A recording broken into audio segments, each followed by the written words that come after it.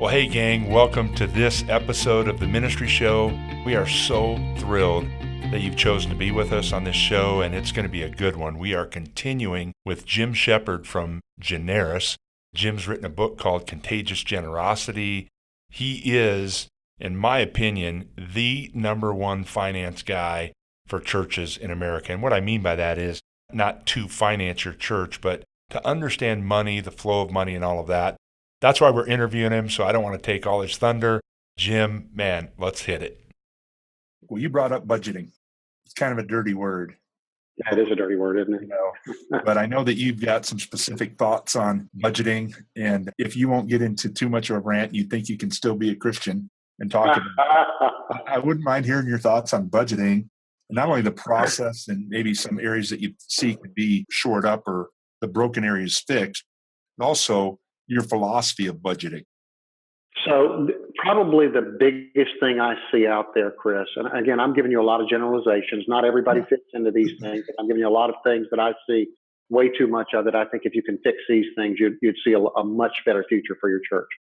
Everybody likes to talk mission and vision, but they don't talk mission and vision when they sit down to do their budget. And specifically, they don't connect the spending priorities to the mission and vision. And that's a disconnect, man. I mean, at some point, it's going to come home and it's going to really cause issues for you because you don't have the money to allocate to things that you say are really important. Part of what I like to say is don't just let the financial people run the budget process. Yeah, they're the compilers and they're going to be the ones who kind of, do the discipline and all of that. But it needs to be a collaborative process where everybody's speaking into the plan from a perspective of ministry priority. Things that you've said are important to your mission and vision. Make sure those things are getting appropriate priority when you sit down to do your budget plan for next year. Because that's what you're basically saying, that's where we're going to allocate our money in 2017. That's the actual purpose of a budget, is to predetermine where you're going to allocate your money for the coming year. So I think just the notion of connecting it to vision and mission and making it collaborative, I see way too many financial, I know those are my people. I love the financial folks, but they can't be the ones who make all the determinations. At some point, somebody needs to say, no, this is important and this is what we're doing. Executive pastors in particular need to be very, very plugged into that process, and senior pastors. Even in very large churches, they need to speak into it, look at the large categories, and then step back and say, is that really what's important to us, is where we're spending our money next year? I think those are two biggies, and I think everybody can do those two. I'm trying to stay out of the really, low-level specific tactics that sometimes you have to be a little more sophisticated to do or may not apply to a certain level of church. So let's say I haven't been doing that. I'm a pastor, a church leader. I haven't been doing as you just suggested. What's a hot tip or two so that this next time I can start down that road successfully instead of like blowing up the whole system? So my favorite process is get the folks in the room that think you need to speak into it. And this would be on any issue, not just on this issue, but issue in particular. Get the people in the room who really have a voice in this. And let's say it's 6 or 7 people that are on your leadership team, and just start from ground zero. Don't put any numbers on the table, and just say, guys, if we had, let's just say, for example, your budget was, $1,500,000 for the next year. If we have $1,500,000 for next year, what do you think we ought to be spending that based on what we think is important? And let's just talk about it. Now, the chances are pretty good you're not going to come up with the right exact numbers, but you'll get some good directional indicators that might represent a reset for where you've been going. And I think it's just that collaborative process. Let voices other than the financial people, and everybody has a voice in there. And then you can turn it over kind of the financial process and let it go from there. There needs to be a reset, because if you've been going, down a pathway and you don't have that built in, you've got to kind of get everybody to own it as you move forward. That's what you're doing with those 7 people in the room. You're getting them grafted into the process. They're going to own it because you let them speak into it early. Perfect. I want to take just a little bit of a shift. This might be a little bit more personal, but I want you to share with people listening to the ministry show here, why is it that you do what you do? It might not be the most popular topic that other people want to talk about. I'm willing to speak prophetically, and by that I mean boldly and biblically, into the lives of these pastors and these people that I get a chance to influence. But I think it goes back to the holy discontent that God gave me about the state of the church in one of and probably the wealthiest nation on the face of the earth.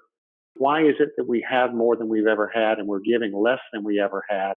And is there somebody out there who would be willing to take this on? I don't pretend that I can change the church as a whole. I'm kind of like the guy who's on the seashore with all the starfish. I can't save them all, but I can save that one, and I can save that one. I mean, you've seen that video before. That's kind of how I see it. Mine and Nancy's story. I became a Christian in 1983. I started becoming a generous Christian in 1985. The light didn't come on for Jim and Nancy until 2 years after the fact. So we thought that was just our journey. And out here, as I began to share and listen to people, I can't tell you how many people, it's not exactly like my story, but what they're saying is, I became a Christian in blank, and I started becoming a generous Christian sometime after that. It's almost like a second conversion. I don't mean that in a theological term, but it's almost like a second conversion. And so I've seen the thing that happened in my life replicated out here so many times, and that gives me credibility to speak about. Let me tell you what happened to me. And the other thing is, Nancy and I have tried as best we know how just to live a very generous life, both to the church and beyond the church, to kingdom causes that we have a deep affection for. And it's been one of the biggest blessings of our lives. It's just been meaningful to us. My financial planner at one time started talking about, how much money I could have, more money I could have in my retirement account. And I was like, wait a minute. Oh, cut. Don't even go down that road. We're not talking about that. That is not a negotiable, because, we're not storing up money for here. We're kind of investing for eternity. And that's what we're trying to do. I think it would still go back to that prompt probably started in me back in 1985. I didn't know it would lead to this, but he was preparing me already for that journey. And I'm kind of in a place, Chris, where it's my business background and some of the ministry stuff that I've done inside the church. I haven't been on staff, but I've served in a lot of roles in the church. And this is the perfect intersection of those two. So it's great for my passion and wiring. That holy discontent really feeds a lot of it. I still have it, by the way. So I'm glad God's empowering you to help us. Hey, give us a quick ahead. I don't mean in the sense of, boy, crystal ball, look ahead or whatever. But again, since you have this wide swath of not only influence, but information and input, forecast a little bit for us, not 20 years from now, but 2-3 years from now. What do you see the church wants to begin this process of generosity? You can't flip a light switch and all of a sudden, what would that look like as it fleshes itself out, at least in your mind? And again, I know we're talking not a specific church, but in general for churches. You know that we've been big supporters of Exponential for a while. I'm actually working on our content for Exponential East. That's where the church planters are. I love coaching those guys, and here's why. Because they have a blank canvas, and they can make generosity a high value from day one. It's a little harder in somebody who's been out there for 20, 50, 100 years, a traditional church or whatever kind of church they are. You've got to turn that boat around and get it moving in a different direction, but these guys can do it and I tell them that in the sessions. You're the luckiest guys in the room because you get to set this up. And if you don't set it now, then you'll come back to me 5 years from now and you'll say, Jim, I wish I'd listened to you. If you'll go ahead and do it now, it'll be much easier down the road. And I can show you some church plants that have done that and they don't regret it because they're successful and they don't stress out about money. So there's that one piece. But then you've got the larger church and how the larger church has got to deal with this, just in terms of making it a high value. You take somebody like a Chad Moore at Sun Valley Community Church in Arizona. Chad is one of the pastors who's done a fantastic job of that. If you go to that church and you talk to somebody who's been there more than 1 or 2 times, they will tell you immediately, oh yeah, it's really easy around here. Give, save, and live on the rest. Give, save, and live on the rest. So they brought it down real low on the tree, Chris. Who can't remember that? Give, save, and live on the rest, which is really what God teaches us about it. The problem is in America, it's live, save, and give on the rest. Yeah. And so we're involved in this trying to flip the equation from the consumerist materialistic viewpoint, live, save, and give on the rest, to a biblical viewpoint, which is give, save, and live on the rest. And that's why people have such a hard time with it. They're living at 103% because they've got, they spent everything they got and put money on credit cards. There's nothing left for savings. And then you talk to them about giving, they're like, where the heck is that going to come from? The math doesn't even add up. And so that's a problem. Consumerism and materialism is alive and thriving in the United States, and we've got to do battle with that. If we don't do battle with that, it's going to wreak havoc in the church. And that's part of what we're trying to do is to get people to engage that. Oh, but Jim, we've got seekers and people who don't know Christ and people who've been bruised in other churches. Great. You couldn't have picked a better day to show up today. This is how we deal with stuff like this. We believe money is a part of spiritual development. We don't ignore it, but we don't make it an obsession either. But we deal with that on a regular basis, very candidly. And if you're checking us out and thinking that you're going to come here, this is a great time for you to come. We've got a great message today on that. Even if you don't decide to give to our church, become a generous person and give the money somewhere else. We've got to learn to say those things. And then you got this other thing that some people are starting to talk about. I started noticing it some time ago, but it's now getting a lot of conversation. And that's this idea of church attendance by faithful people. The frequency of church attendance among faithful people. That's people like me and you, Chris, not fringe people, people who love the church. And as long as we're in town, we're going to be there every Sunday, maybe for more than one service for some of us. That group of people over the last 15 years, their church attendance has declined depending on the research you read.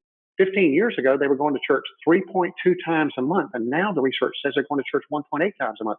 That is a very small slice of time, sociologically speaking, for a big trend shift like that. I'm not a sociologist. I'm not related to one, and I probably can't even spell it.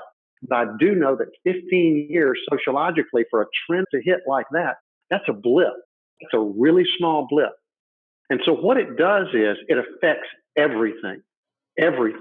When the faithful people are only there 2 times or less per month, it affects discipleship. It affects leadership development. It affects giving development. It affects everything across the spectrum. And I don't see that changing anytime soon. And we in the church, we've got to engage that. One of the ways you engage it, I think Larry has done a real good job with that at North Coast. Larry said the biggest enemy of the church today is club ball on weekend. And so what he's done is right? Isn't that the way he says it? Club ball on weekend. Larry's very brash about saying that. You don't have to agree with him, but that's the way he says it. So what North Coast has done is rearrange his worship services. So if you've got your kid and you leave Saturday morning, you don't get back till Sunday after lunch from your club ball tournament for the weekend, you've got services that you can go to at North Coast in the afternoon. A lot of churches don't have that. So they're missing some of their faithful people on Sunday morning. We're going to have to make accommodations to scheduling differences. And I think the other thing, too, is that and some churches are realizing this, as small as the new big, is that we're going to have churches of 10 and 15,000, continue to have churches of 10 and 15,000, but they're not going to meet in 1 or 2 locations. They're going to be in 10 or 12 locations. I was with a church yesterday that's multi-site, and their philosophy is every time we get to 750, we're going to plant a new church. Because what we know is when we get to 750, we're just about to get to 1,000, and we want our campuses to be about 1,000 apiece.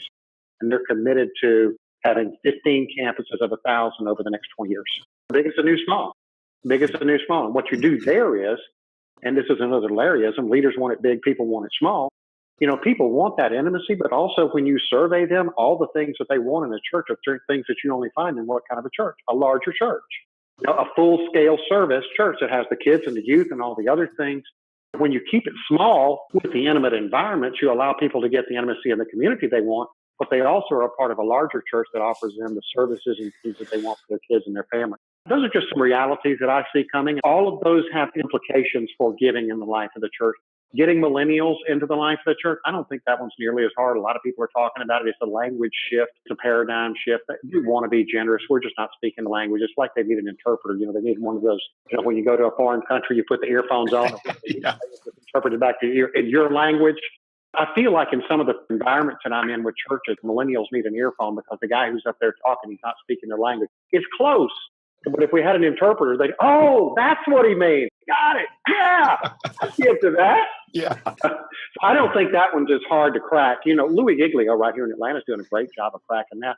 We just had Passion here, and those 25 and unders, they gave, $2.5–3 million. I mean, come on, they don't have any money. Not pledges. These are not 3-year capital campaign pledges. They gave it right there in the dome to these things that he was talking about. Wow. So they get it when you put it in front of them correctly. So I know that one's out there. How do we get millennials grafted into the giving and life of the church? I don't think that one's nearly as hard to solve. I don't mean to say it's simple, but I don't think that one's the big mystery. I think this attendance and getting some of these other things, lifestyle issues addressed is probably a bigger issue. Okay, last question and kind of a parting shot for you. Jim has the magic fairy dust spiritually. There's a little pouch right in front of you, and you can sprinkle it on everybody that's listening right now. What would you want them to take away? I would say, Chris, I'll use my own life and some of the decisions I've made in life. We've all made our share of bad decisions. I've made a few really good decisions. I won't really say the decision to trust Christ was my decision because it was really a Holy Spirit prompting. Whatever part I had in it, that was obviously a great decision. The decision to marry Nancy, we'll just leave that one right there. Just one of our mutual friends says, "Hey, bro, you pulled off one of the great upsets in dating history when you did." Just so we're clear, we're not even talking about outpunting your coverage. We're talking about one of the great upsets in dating, the beginning of mankind. And I said, "Okay, I got that one." I think the decision that Nancy and I made to let giving be the highest priority in our life, financially speaking, was one of the best decisions that we've ever made. For a lot of reasons. The blessing of being able to do what we've been able to do with our own church and see it do with other ministry organizations, with church startups. We love church planting, and so we get our fair share of opportunities to participate in church plants. We always get excited about that. Things like that we've been able to do. And Just the ability to put a governor on our lifestyle and know that we're not spending every dime that comes in. That's been a good thing for us. We've done pretty well. We've not lacked or anything. I didn't hit a Warren Buffett gold mine, but we've done well for ourselves. The decision to give and to give generously whenever we can has really put a regulator on our life and not let us run out ahead of what we're doing. And it has prompted us spiritually 2 or 3 times in our lives to grow in ways that we might not have grown otherwise. I could give you some other things in my life that I thought were little gems, but in the context of this conversation, I think that one would be one. I love the local church. Your local church is not perfect. I get to see, you get to see, I mean, you've been in a lot of ministry opportunities, Chris, I have too. You know, we see kind of sometimes the uglier side of what happens in the church. Don't let that deter you from your love for the church. The church is the hope of the world.